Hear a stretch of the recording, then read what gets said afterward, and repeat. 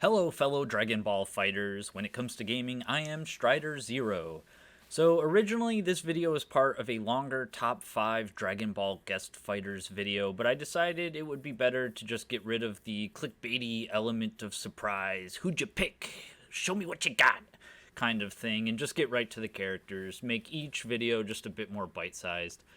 I'm going to do a little intro on why I picked the character, then I'm going to move to a highlight reel moment type reaction video to showcase off some of their abilities, then I will do a complete breakdown of their moveset and special abilities.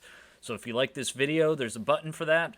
All these will be put into a singular playlist, plus you can subscribe for any future guest fighters I pitch and all of my training session breakdowns that I have on here. Thanks so much, and without further ado, here comes a mighty warrior.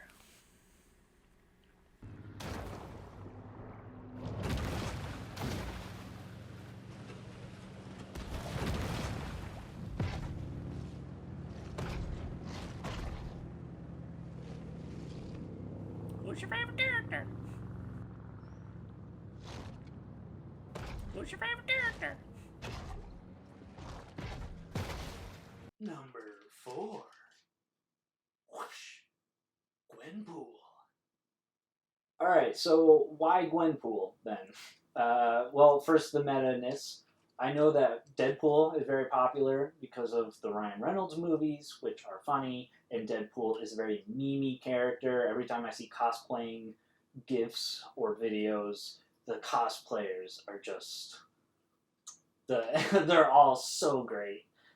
So that's how I know Deadpool. But Gwenpool, I know because I played Marvel Contest of Champions. If that's the right, I don't know the names. They have so many games. But this was the match 3-1. And so what you would do is you would have your 3 characters, and then you would match 3 yellow energy, and then you would get yellow energy, and then your characters could use that yellow energy to unleash moves because there would always be enemies, and so they would get a turn to match 3, and it was a lot of fun.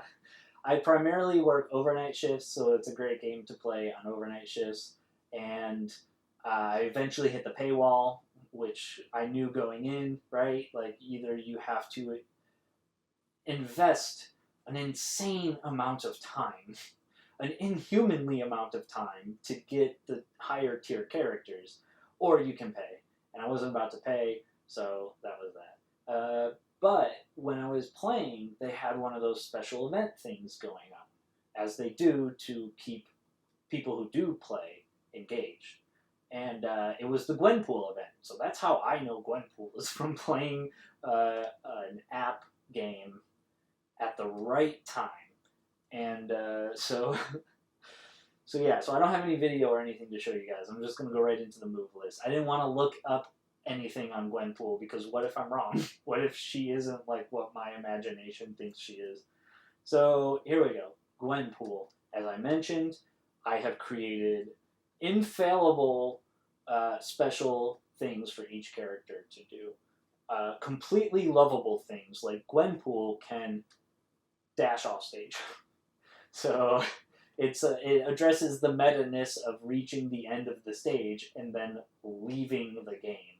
When she dashes off stage, she stays there for an extended amount of time as long as you hold the back button. However, there is going to be a timer on it, so she will be forced. Maybe we could someone push her back. Also, another tiny little thing is she's going to be in the background of all the stages. And then when you call in Gwenpool as a fighter, we don't have to match up the animations perfectly, because it's Gwenpool. So Gwenpool the fighter can come in, and then Gwenpool the background character, however is the best way to do this, the background character can turn into like a silly chibi animation type thing and be like, oh, and like run off stage or get the hook or something. And so yeah, just so much potential with Gwenpool. So here we go. Moves. These were the most fun moves to come up with, because they just, you get to do whatever you want. So the first move is called Sword Surprise. It is a quarter circle forward, light, medium punch. With this move, no matter what happens, light is light damage, medium is medium damage, and heavy is heavy damage. However, we do have a little bit of RNG in here, and I know that people who play fighting games probably hate RNG, but it's Gwenpool, so we have to do it. When you swing your sword, there's a random element that determines if it's going to be a soft knockdown, hard knockdown, or a slide. And so, if she swings and a sword comes out of the sheath, then it's a hard knockdown. If she swings the sword handle and a giant cartoon mallet comes out of the sheath, it's a slide. If if she swings her sword sheath or her sword handle out of the sheath and a pool noodle comes out, that's a soft knockdown. And so again, if you hit quarter circle forward medium, doesn't matter which weapon comes out, it just determines the knockdown. Here we go.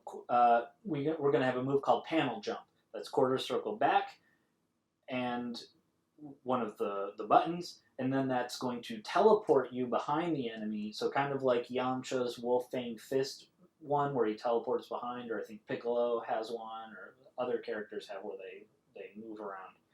So what's going to happen is behind the character, a black and white manga panel will appear, and then Gwenpool will bust through it, and it'll rip open, and then she'll do her attack. So again, so much fun to make this character. That only works on the ground. If you are in the air and you hit quarter circle back, then she does a belly flop. And when I say that, I mean she just goes straight down. And when she does it, it looks like she's falling wildly out of an airplane with no parachute and just being a silly cartoon character. So it looks like a belly flop. And so that should be very fun. If you're in the air and you hit down light, a thick black barrier will come through. And if you are on opposite sides from your opponent of that barrier, if they throw a ki blast, it is going to hit the barrier and break the barrier. If they throw a beam, it's going to just break through the barrier and go right through it and hit you. But any other moves, it doesn't affect. It's not affected by dashing or lights or mediums or heavies. Only ki blasts. So it's kind of like creating a comic book panel that you're playing in. If you're on the same side as the character and they throw a ki blast, well, I mean, that sucks for you. So it'll just stay there forever until they have to destroy it. So it's kind of like Nappa's Cybermen, right? Like you have to make a conscious move to get them out of there. Her key move is going to be onomatopoeia. So what she's going to do is she's going to do a Hadouken, and then the cartoon blast Sharpie panel cloud thing is going to go out, and it's going to be different colors or whatever, yellow and orange and red are the classic ones.